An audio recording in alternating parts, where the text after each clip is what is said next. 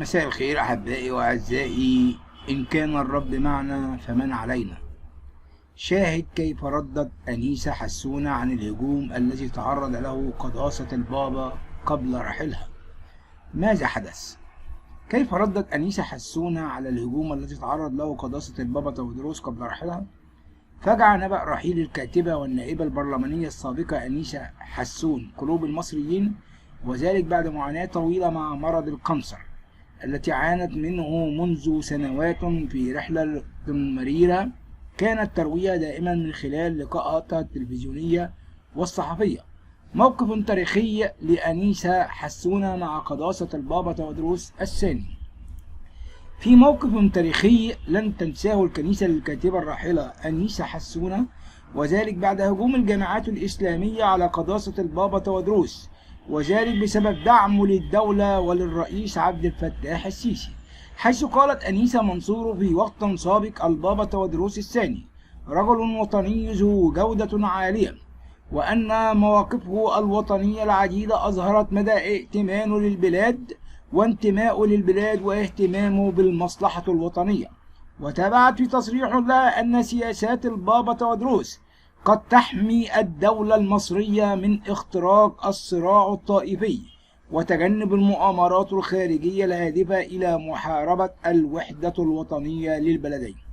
وأضافت حسونة: مع وضع ذلك في الاعتبار فإن الهجوم عليه كما نشاهده الآن على صفحات التواصل الاجتماعي يبدو أنه هجوم وحشي وخبيث وناري لا يتوافق مع القواعد الموضوعية للخلاف، ويتجاهل ضرورة الاستخدام كلمات مناسبة لحلها.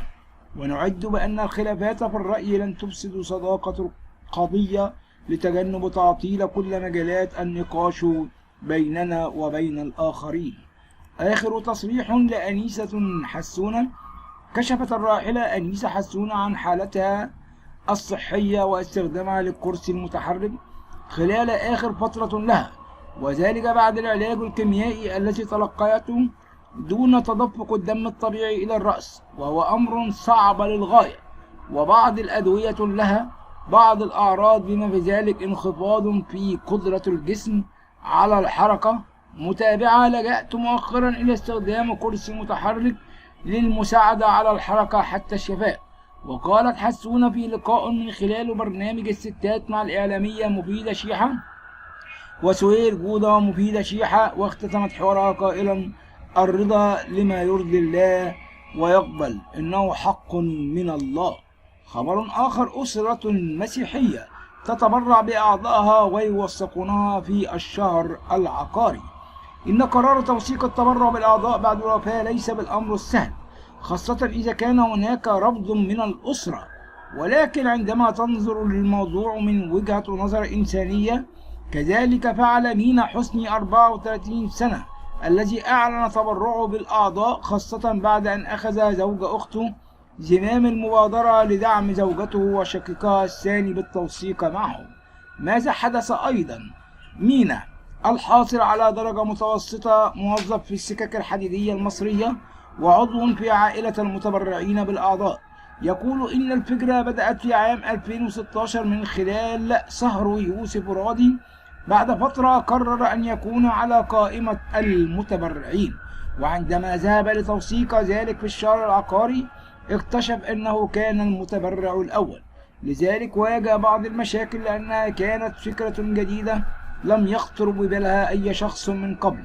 بحسب حديث مينا، ثم رفض القضية في البداية تم رفضها، فذهب يوسف إلى اللجنة العليا لتجارة الأعضاء وبدأوا بدراسة القانون وفعلا قام بالتوثيق.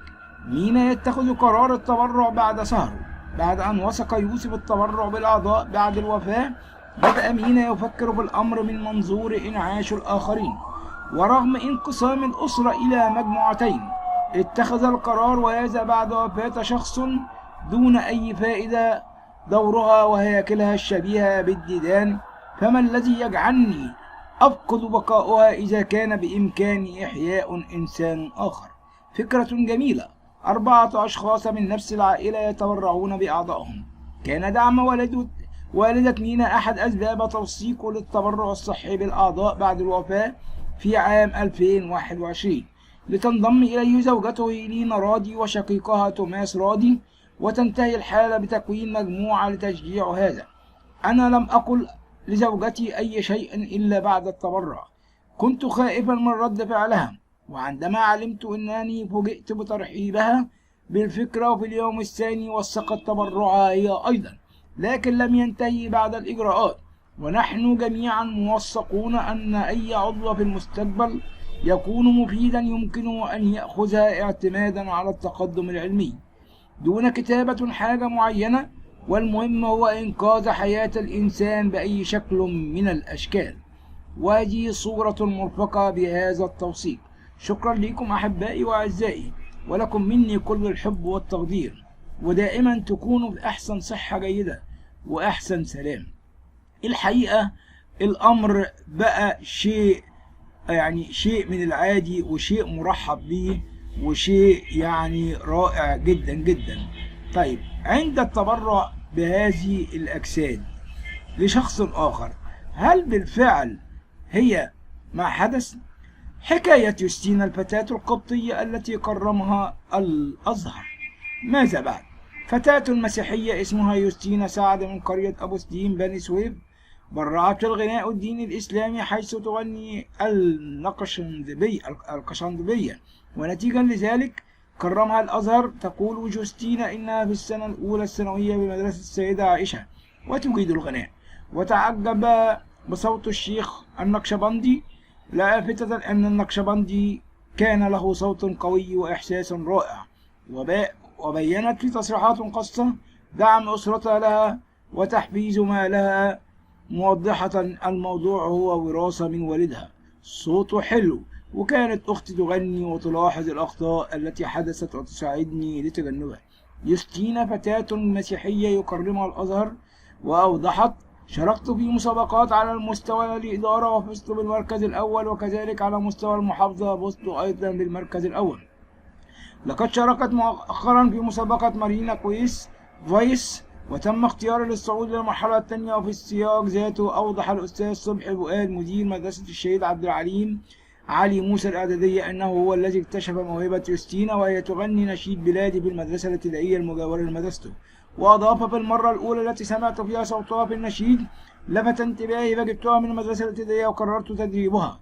والأغنية الأولى التي قدمتها فيها صوتها في النشيد ولفت انتباهي، فجبتها من المدرسة الابتدائية وقررت تدريبها. والأغنية التي قدمتها تحدثت عن الشهيد أحب أن أعرف الجميع، وقدمت الأغنية بحضور أبطال أكتوبر عندما رحبت بهم بالمحافظة.